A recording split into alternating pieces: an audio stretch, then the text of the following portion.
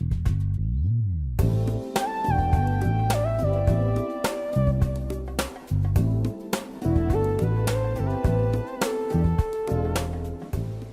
advice would you give to somebody brand new to Ericksonian hypnosis, in order to keep them from getting into things that are either too complex or getting overwhelmed with all of the things that they need to learn?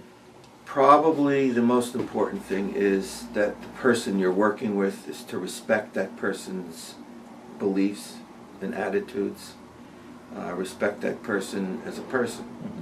That's the first thing. The second thing is to keep an open mind, because you hear some very weird stories when you're working with people.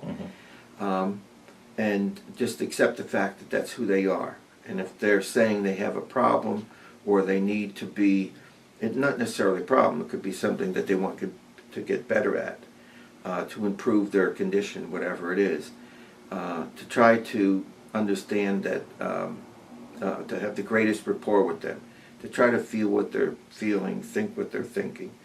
And that takes practice.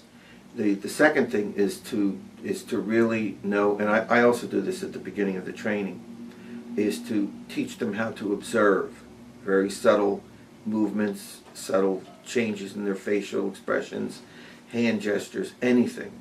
To always take a picture before and after, and to use that, and to notice these subtle kinds of changes that people make. Because if anyone has a problem, or if they need to tell you anything, they generally tell you non-verbally.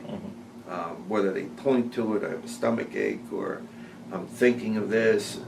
So very often when you are a good observer of people, you tend to be a really interesting and effective therapist. Or if you're not doing this for therapy, if you're doing it for some other reason.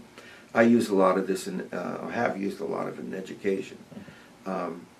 And so I think those are a couple of things that I would suggest. Okay.